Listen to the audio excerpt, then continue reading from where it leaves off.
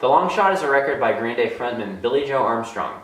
It's a side project album that he did by himself. Literally by himself. He played the drums, he played the bass, he played guitar, and wrote all the songs. He's touring the record with a real band, but he recorded it all by himself, which is actually quite shocking to me because the drumming is really good on this record. First I assumed it was Trey from Green Day, but it was actually Billy. I guess being on the road for 30 years with Trey, who's a really great drummer, teaches you how to drum well.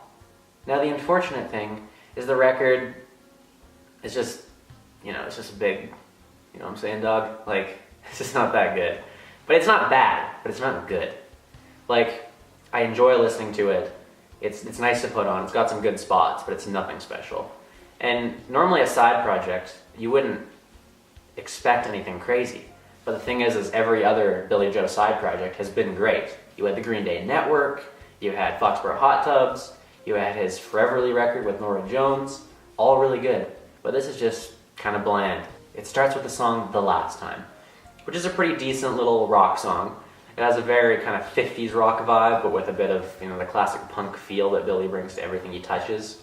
I like the song. It's got an interesting flow to it. It's definitely not totally Green Day sounding. But, it's nothing crazy. But, it's all right. I like it. It's probably one of the better songs off the record, at least. Immediately after, it goes into the song Taxi Driver, which is really bland. It's so boring. Basic power chords, basic structure, really crappy melody. It's just bland. I hate it. I deleted it right away. The third track, Catching a Ghost, once again, another 6 out of 10 song. It's definitely one of the more different songs on the record, at least. But what the actual heck is with this filter Billie Joe has been using on his voice for the past 14 years? I understand that certain songs, it would make sense. It adds kind of a variable, I don't know, it sounds cool. But Billie Joe has seriously used it on everything he's recorded in the past 25 years, actually, since 2004.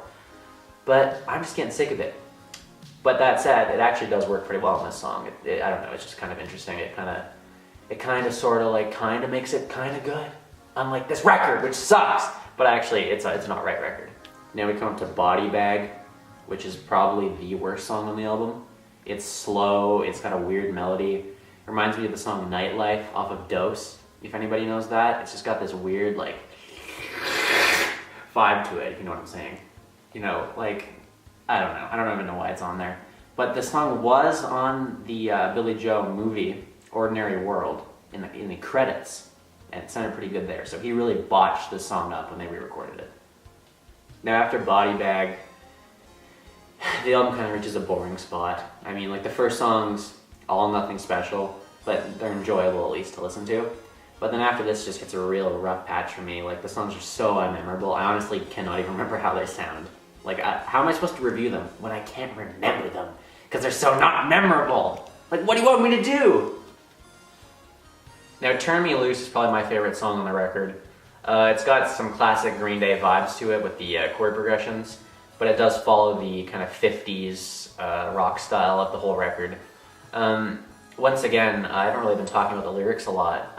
The lyrics are kind of disjointed to me. I've only heard the record probably 10 times total, so I haven't had a whole lot of time to let the lyrics seep in.